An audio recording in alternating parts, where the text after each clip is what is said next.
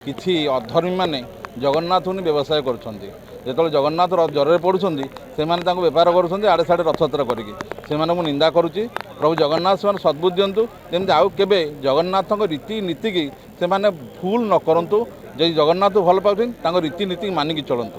ଆମେ ଓଡ଼ିଶାବାସୀ ବଡ଼ ଗର୍ବ ଆଉ ଗୌରବ ଅନୁଭବ କରୁ ଏହି ରଥଯାତ୍ରା ଅପେକ୍ଷା କରିଥାଉ।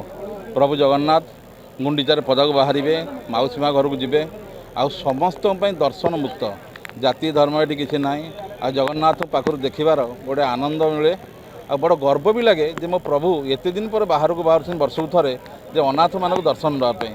ଆଜି ବଡ଼ ଗର୍ବ ଆଉ ଗୌରବର କଥା କିଛି ନାହିଁ। କିନ୍ତୁ ଦୁଃଖ ଲାଗୁଛି କିଛି ଅଧର୍ମୀମାନେ ଜଗନ୍ନାଥଙ୍କୁ ବ୍ୟବସାୟ କରୁଛନ୍ତି। ଯେତେବେଳେ ଜଗନ୍ନାଥ ଜ୍ୱରରେ ପଡ଼ୁଛନ୍ତି ସେମାନେ ତାଙ୍କୁ ବେପାର କରୁଛନ୍ତି ଆଡ଼େ ସାଡ଼େ ରଥଯାତ୍ରା କରିକି। ସେମାନଙ୍କୁ ନିନ୍ଦା କରୁଛି। ପ୍ରଭୁ ଜଗନ୍ନାଥ ସେମାନେ ସଦ୍ବୁଦ୍ଧି ଦିଅନ୍ତୁ, ଯେମିତି ଆଉ କେବେ ଜଗନ୍ନାଥଙ୍କ ରୀତିନୀତିକି ସେମାନେ ଭୁଲ ନ କରନ୍ତୁ।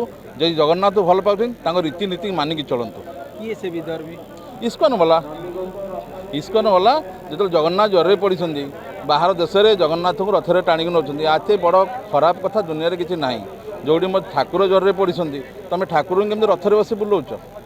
ସେମାନେ ତ କହୁଛନ୍ତି ଆମେ ସଂସ୍କୃତିର ପ୍ରଚାର କରୁଛୁ। ସଂସ୍କୃତି ପ୍ରଚାର କ'ଣ କରୁଛ? ଜଣେ ଦେହ ଖରାପ ପଡ଼ିଲ ତାକୁ ନେଇ ବାହାରେ ବୁଲେଇବ? ତାକୁ ଦର୍ଶନ କେହି କରୁନାହାନ୍ତି, ଅଣସରରେ ରହୁଛନ୍ତି। ତୁମେ ବାହାରେ କେମିତି ଲୋକଙ୍କୁ ଦର୍ଶନ କରୁଛ? ଆପଣଙ୍କ କହିବା କଥା ତାମାନେ ଇସ୍କନକୁ ବିରୋଧ କରିବା ନିହାତି ଜରୁରୀ। ଇସ୍କନକୁ ଓଡ଼ିଶାବାସୀ ନିଶ୍ଚୟ ବିରୋଧ କରନ୍ତୁ, ନହେଲେ ତୁମ ଜଗନ୍ନାଥ ପରମ୍ପରା ବୁଡ଼ିଯିବ। ଜୟ ଜଗନ୍ନାଥ।